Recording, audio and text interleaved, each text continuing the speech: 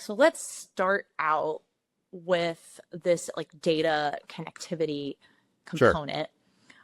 So we've been talking about this throughout the episode. These government media teams, they have really small crews.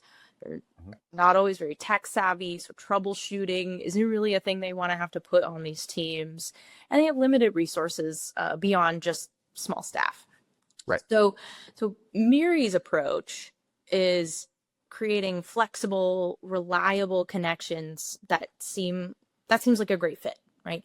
So how Sure. does your philosophy there of making connectivity simple and reliable, um, what guides your solutions at Miri Technologies?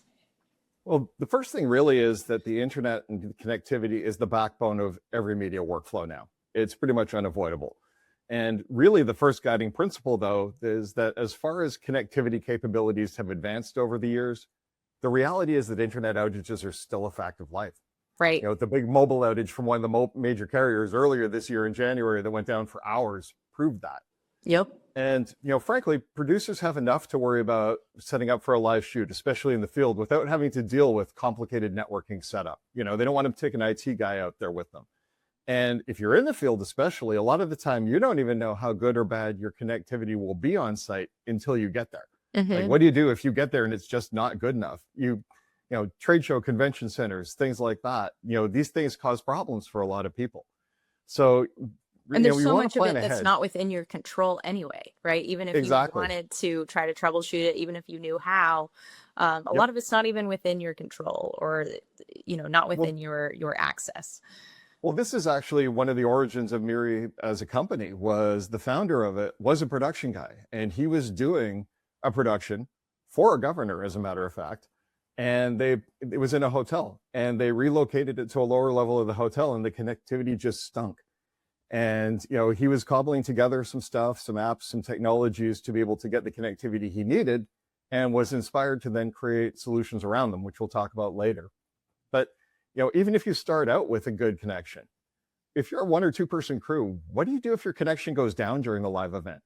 You kind of have to make this choice. Do you keep focused on the production so that at least you have a good recording for later? Or do you take your eyes off the production to fix the connection and maybe you're not switching as much or whatever? Hmm. So really, you need to build in that resilience so you don't have to worry about it. Government media teams need solutions that not only just work, but stay working, even during an outage. So Yes. that's Yes. that's where combining multiple connections, like a mobile connection and a Starlink, together, can give you that reliability plus more speed if you're limited.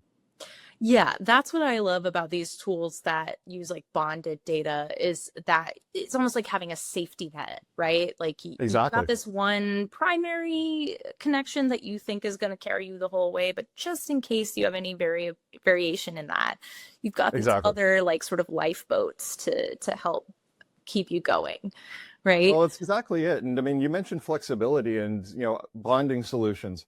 That's one other part of our philosophy here, though, too, is to be data agnostic.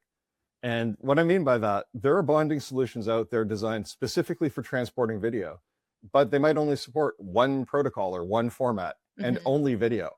But our goal is to be able to improve connectivity from any type of data, whether that's video in any current or future format or other stuff. Maybe you're uploading media assets or you're monitoring social media and all that sort of thing at the same time, moderating comments.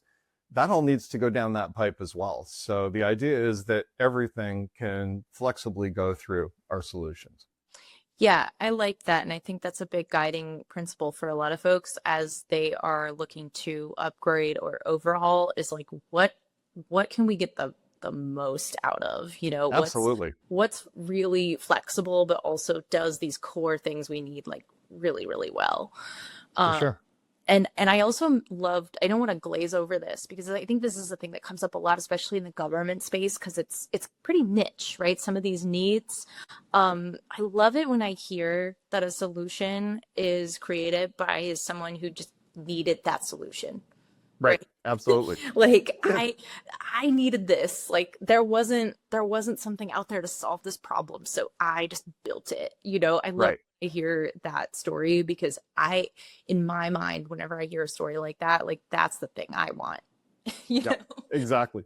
In this case, I mean, to be honest, it wasn't that the pieces weren't there. There was a core Mhm. technology that, it existed, but it required the user to put a lot of these pieces together themselves to make it happen.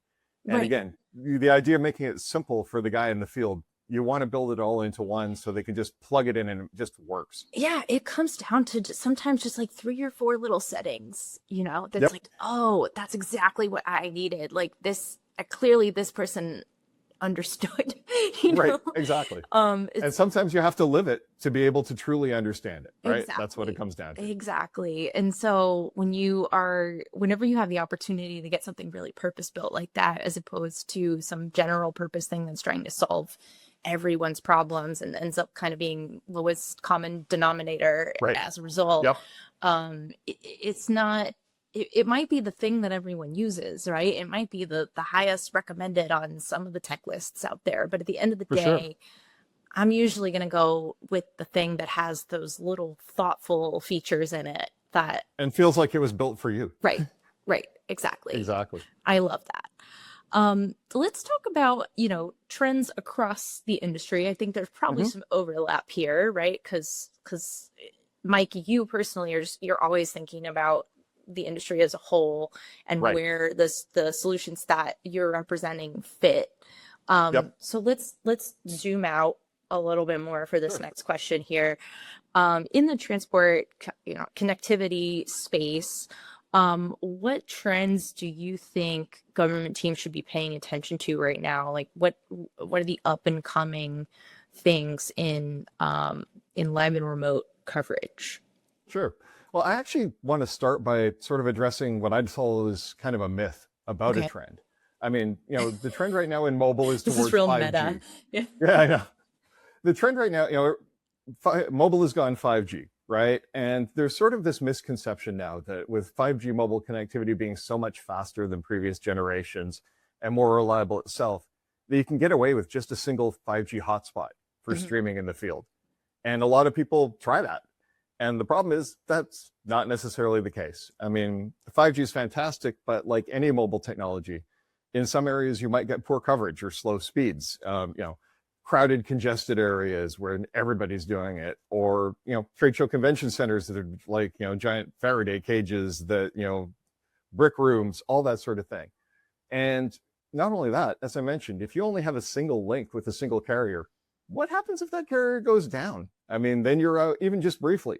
Your stream stops or whatever you're doing. So again, what we were talking about with combining multiple connections together, especially from multiple carriers, can really help overcome a lot of those issues. The other trend, I'm really, we're seeing a lot of too, and again, it's not just about streaming. It's not just about the field. It's about your meeting rooms and your studios. Is the adoption of cloud-based processing for so many functions. Hmm. And when you're working in the cloud, reliable connectivity is absolutely essential. And that's cloud or hybrid. Let me give an example. If you were using a hybrid solution for captioning for Hmm. your meetings, maybe you're powering the captioning of your live stream and your in-room displays. And you probably have some in-room hardware that's connected to your local AV, but all the processing, all the AI stuff is happening in the cloud. If your internet service provider goes down, that's not just going to affect your live stream, but that's also going to affect your in-room displays too. I mean, your captioning is basically just going to stop. Hmm. So you really need that fault tolerance connectivity for that type of thing as well. It's something that, a lot of people are looking at it for their field productions, but think about it back at the ranch too, so to speak.